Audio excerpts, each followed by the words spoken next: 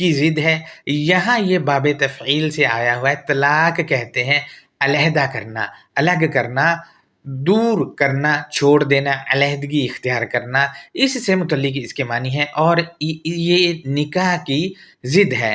نکاح کے معنی خود ہی طے ہو جائیں گے، میل ملاپ، جوائن کرنا، ملنا، اس سے ریلیٹڈ ہے نکاح کے معنی۔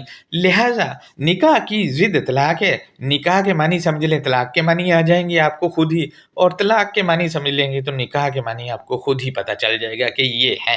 لہٰذا ضد کی صورت میں یہ معنی ہے اس کے۔ نمبر 3 پر ہے عدتی۔ اس کے معنی ہے شمارہ کرنا، نوحہ کرنا، متعدد کرنا، فہرست جو ہے وہ دینا، یہ اس کے معنی ہے۔ نمبر 4 پر ہے نساء۔ یہ رجال کی ضد ہے۔ رجال کہتے ہیں مستند افراد، باوثوق افراد، مانے ہوئے افراد، ان کو کہتے ہیں۔ اس کے علاوہ اور بھی اس کے بہت میں نے لیکچر کیا ہوا ہے، وہ آج اس کا لنک میں کمنٹ میں لگا دوں گا، وہاں جا کے آپ مکمل تفصیل سن سکتے ہیں۔ اس لیکچر میں نساء رجال پر بڑی تفصیل سے بات کی اور الکتاب سے بات کی گئی ہے، اور اس میں ہنہ کی ضمیر جو ہے اس پر بھی بڑی تفصیل سے بات کی گئی ہے۔ آپ دیکھیے ہنہ کی ضمیر مردوں کے لیے آئی ہوئی ہے الکتاب میں۔ لہذا ہم مزید آگے بڑھتے ہیں تو نمبر 5 ہے ہمارے پاس فاحشہ۔ اس کے معنی الکتاب خود طے کرتی ہے۔ سورہ 17 کی آیت نمبر ہے 32، اس میں ہے وَلَا تَقْرَبُوا الزَّنَا إِنَّهُ كَانَ فَاحِشًا، اور تم زنا کے نزدیک نہ جاؤ، بے شک زنا فاحشہ ہے۔ یعنی زنا اور فاحشہ مترادف ہے، ایک ہی چیز ہے، اس کے 2 نام ہیں۔ لہٰذا یہ کیا ہے، اس کی تعریف آگے آیت میں کر دی ہے، یہ کہہ کر کے وَسَاءَ سَبِيلًا، اور برا ویژن، بری منصوبہ سازی، بری نیت، برا ویژن، برا مقصد، اس سے ریلیٹڈ اس کے معنی ہیں۔ بری پلاننگ، یہ سارے معنی اس کے آتے ہیں، اور آپ اس سے ریلیٹڈ جتنے مرضی بڑھائے جائیں کیونکہ بہت وسیع معنی ہو جائیں گے۔ مزید ہم دیکھتے ہیں سورہ 7 ہے، اس کی آیت نمبر 29، اس میں لکھا ہے وَإِذَا فَعَلُوا فَاحِشَةً قَالُوا وَجَدْنَا عَلَيْهَا آبَاءَنَا وَاللَّهُ أَمَرَنَا بِهَا، اور جس لمحے وہ فاحشہ پر مبنی کام کیا تو انہوں نے کہا ہم نے اپنے آبا کو اس پر پایا، اور اللہ بھی فاحشہ کے ساتھ حکم کرتا ہے۔ اب آپ اندازہ لگیں، وہ کہہ رہے ہیں اللہ فاحشہ کے ساتھ حکم کرتا ہے، ہم نے اپنے باپ دادا کو بھی فاحشہ پر پایا ہے۔ یعنی مزید ہم آگے دیکھتے ہیں تو لکھا ہے قُلْ إِنَّ اللَّهَ لَيَأْمُرُ بِالْفَاحِشَةِ، تو بتا دے کہ حقیقتاً اللہ فاحشہ کے ساتھ حکم نہیں کرتا۔ اب یہ اللہ تو فاحشہ کے ساتھ حکم نہیں کرتا، اس کا مطلب یہ فاحشہ کے ساتھ حکم کرتے ہیں، اس کا جو اپوزٹ جائے گا، اللہ تو نہیں کر رہا، اپوزٹ میں یہ لوگ ہیں، یہ کرتے ہیں فاحشہ کے ساتھ حکم۔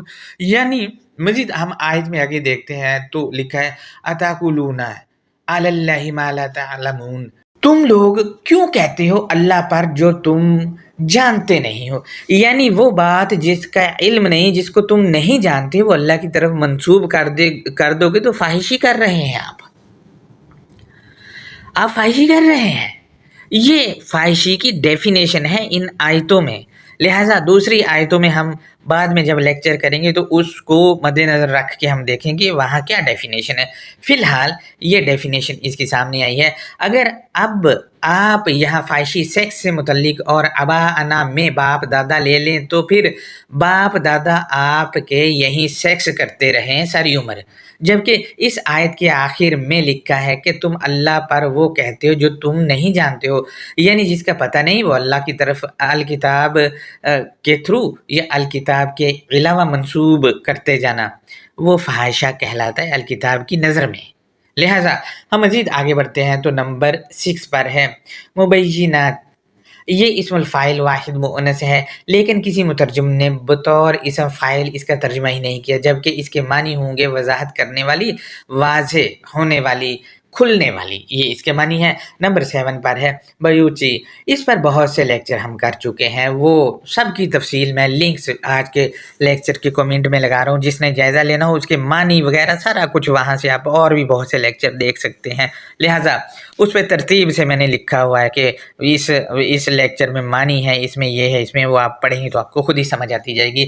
نمبر 8 کو دیکھتے ہیں تو یحدثو، حادثہ روٹ سے ہے اور مصدر احداثن معنی ہے نیو بات ایجاد کرنا۔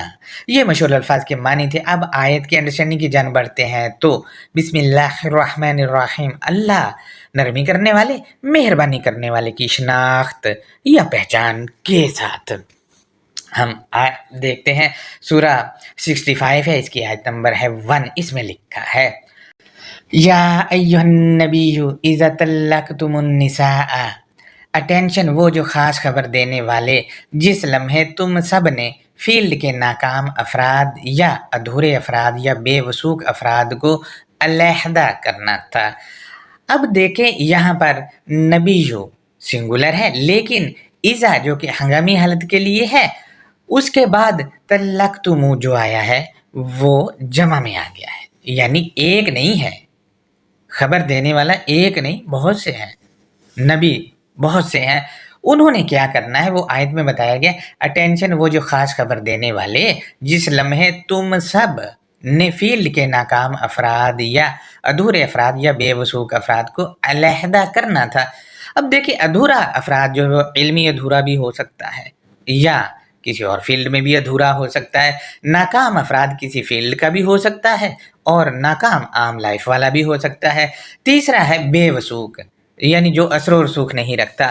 نبی کا کام ہی یہی ہوتا ہے کہ عوام کو اثر و رسوخ والا بنانا، لہٰذا کہا جا رہا ہے ان کو علیحدہ کرنا تھا، یعنی علیحدہ کرنا تھا تم سب نے، تو پھر کیا کرنا ہے، کیا پلاننگ دے کے ان کو علیحدہ کرنا ہے، کیا پروسیس ہے، وہ آیت کے اگلے حصے میں بتایا گیا، یہ کہہ کر کے فَطَلِّقُوهُنَّ لِعِدَّتِهِنَّ وَأَحْصُوا الْعِدَّةَ، اس کے بعد تم نے ان بے بس یا ناکام یا ادھورے یا بے وثوق افراد کو الگ کرنا یا دور کرنا ہے ان کے شمارہ یا فہرست کے لیے۔ مثلاً جیسے بچے جاتے ہیں اسکول پڑھنے تو ٹیچر ان کو کام دیتا ہے کہ یہ کرنا ہے بھائی تم نے، کیا ہوتا ہے وہ جو کام دے رہا ہوتا ہے ٹیچر، وہ ان کا شمارہ ہوتا ہے، ان کے لیے وہ فہرست ہوتی ہے، ٹیچر بتاتا ہے یہ کرنا ہے اور وہ اس فہرست کے مطابق سارا کام کرتے ہیں اور پھر اگلے دن جا کے وہ چیک کراتے ہیں۔ یہاں بھی اسی سے ریلیٹڈ بات ہو رہی ہے، کیا ہے میں دوبارہ سے ترجمہ پڑھ دیتا ہوں۔ اس کے بعد تم نے ان بے بس ناکام ادھورے افراد کو الگ کرنا یا دور کرنا ہے ان کے فہرست یا شمارہ کے لیے، ان نبیوں نے ان بے بس ادھورے افراد کو الگ کرنا ہے یا دور کرنا ہے فہرست یا شمارہ کے لیے۔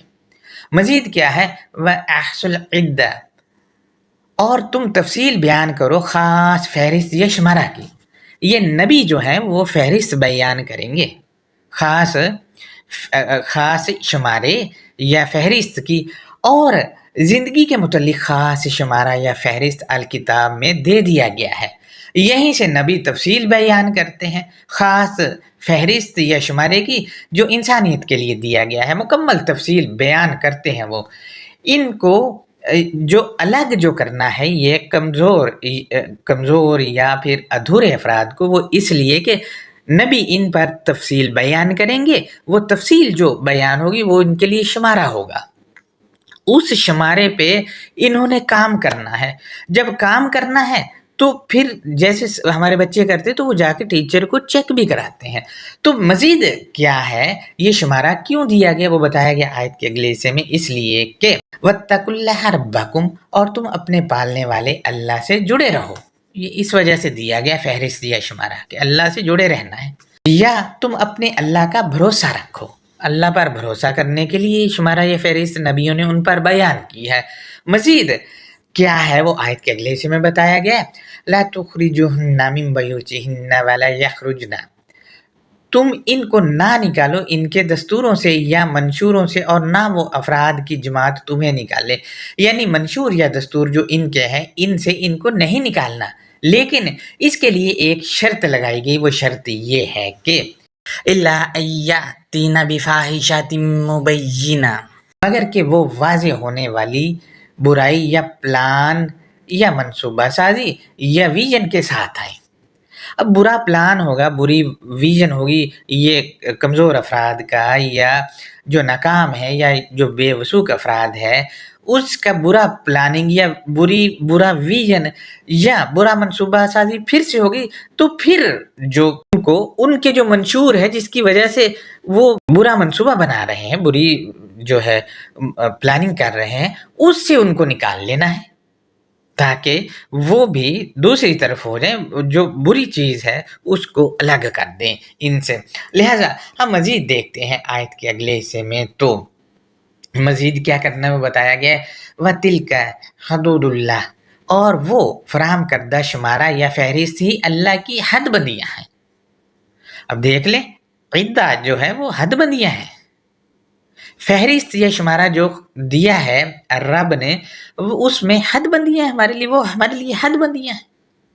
لہٰذا ہم حد بندیاں کہتے ہیں سکے، جیسے کسی بھی ملک کا قانون ہوتا ہے اس میں نمبر وائز سکے ہوتی ہیں، اس کو کہا جاتا ہے۔ مزید ہم دیکھتے ہیں آیت کے اگلے حصے میں، تو لکھا ہے وَمَن يَتَعَدَّ حُدُودَ اللَّهِ، اور جو بھی قانون کی حد بندیوں کو توڑے گا، یعنی جو بھی شخص یعنی آیتیں دی گئی ان کو جو توڑے گا تو پھر کیا ہوگا، فَقَدْ ظَلَمَ نَفْسَهُ، پھر تحقیق کہ اس نے اپنے ہی من پر ظلم کیا، کرے گا تو خود پہ ہی ظلم کرے گا، کسی کا کیا بگڑنا۔ مزید کیا ہے وہ آیت کے اگلے حصے میں بتایا گیا، لَا تَدْرِ لَعَلَّ اللَّهَ يُحْدِثُ بَعْدَ ذَلِكَ أَمْرًا، وہ نہیں جانتا شاید اللہ وہ اس کے بعد حالیہ انکشاف کو سامنے لاتا ہے۔ اب تفصیل یا فہرست بنائی ہے بری پلاننگ کے ساتھ آگے، تو اس بری پلاننگ سے نکالا، تو جب بری پلاننگ سے نکالا تو ظاہر ہے اللہ نئی پلاننگ دے دے گا، اس کے کلام موجود ہے، پڑھتے رہو، پلاننگ سے پلاننگ ملتی رہے گی اس میں سے۔ لہٰذا یہ ہمارا آج کا لیکچر تھا۔ اب ہم آیت کے ترجمہ کر لیتے ہیں، تو ترجمہ کچھ یوں ہے، یا ایھا النبی اذا طلقتم النساء، اٹینشن وہ جو خاص خبر دینے والے، جس لمحے تم سب نے فیلڈ کے ناکام افراد یا ادھورے افراد یا بے وثوق افراد کو علیحدہ کیا تھا۔ جب علیحدہ کرنا ہے تو اس کے لیے پروسیس کیا ہے، کیا ایسے ہی کر دینا ہے، وہ آیت کے اگلے حصے میں بتایا گیا ہے۔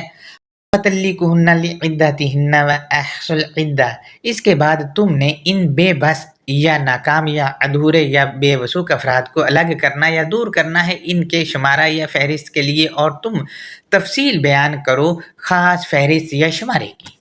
یہ نبی بیان کریں گے ان پر تاکہ ان کے لیے شمارہ یا فہرست بنا سکیں۔ مزید ہم دیکھتے ہیں آیت کے اگلے حصے میں یہ کیوں فہرست یا شمارہ ہے وہ بتایا گیا ہے، وَاتَّقُوا اللَّهَ رَبَّكُمْ، اور تم اپنے پالنے والے اللہ سے جڑے رہو۔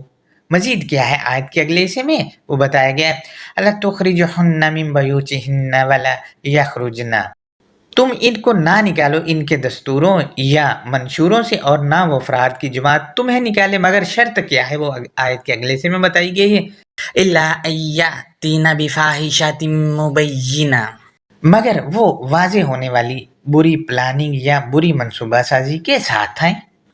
بری پلاننگ ہوگی، برا منصوبہ، تو جو ان کا منشور ہے جو انہوں نے بنایا اس کو نکال دینا ہے۔ جیسے ہمارے بچوں کو ہم ٹیچر کام دیتا ہے تو وہ ٹھیک نہیں کر کے لے کے جاتے، وہ ہٹانا ہے اور دوبارہ سے نئے سرے سے کیا کرنا ہے، وہ آیت کے آخری حصے میں بتایا گیا۔ مزید آیت کے اگلے حصے میں وَتِلْكَ حُدُودُ اللَّهِ، اور وہ فراہم کردہ شمارہ یا فہرست ہی اللہ کی حد بندیاں ہیں۔ مزید آیت کے اگلے حصے میں ہے وَمَن يَتَعَدَّ حُدُودَ اللَّهِ، اور جو بھی قانون کی حد بندیوں کو توڑے گا۔ مزید یہ کہا گیا ہے فَقَدْ ظَلَمَ نَفْسَهُ، پھر تحقیق کہ اس نے اپنے ہی من پر ظلم کیا۔ آیت کے آخری حصے میں لَا تَدْرِ لَعَلَّ اللَّهَ يُحْدِثُ بَعْدَ ذَلِكَ أَمْرًا، تو نہیں جانتا شاید اللہ وہ اس کے بعد حالیہ انکشاف کو سامنے لاتا ہے۔ حالیہ انکشاف اللہ تعالیٰ سامنے لائے گا اپنی کتاب سے، اور نبی نے جو فہرست بیان کی وہ الکتاب بیان کی، اس سے دوبارہ سے حالیہ انکشافات آ جائیں گے تو ظاہر ہے بہتری ہوگی۔ یہ ہمارا آج کا لیکچر تھا۔ اس میں تو نہ تو کوئی بیوی ہے، نہ کوئی وہ طلاق ہے جو دیتے ہیں شادی کے بعد وہ ہے، طلاق کے اصل میں یہ لوگ مان ہی نہیں کرتے، اس لیے تاکہ لوگوں کو کہیں سچائی پتہ نہ لگ جائے۔ یہ چیزیں تھی ساری کی ساری، لہٰذا اللہ حافظ۔ اس پر کوئی سوال ہے تو وہ آپ ہم سے کر سکتے ہیں۔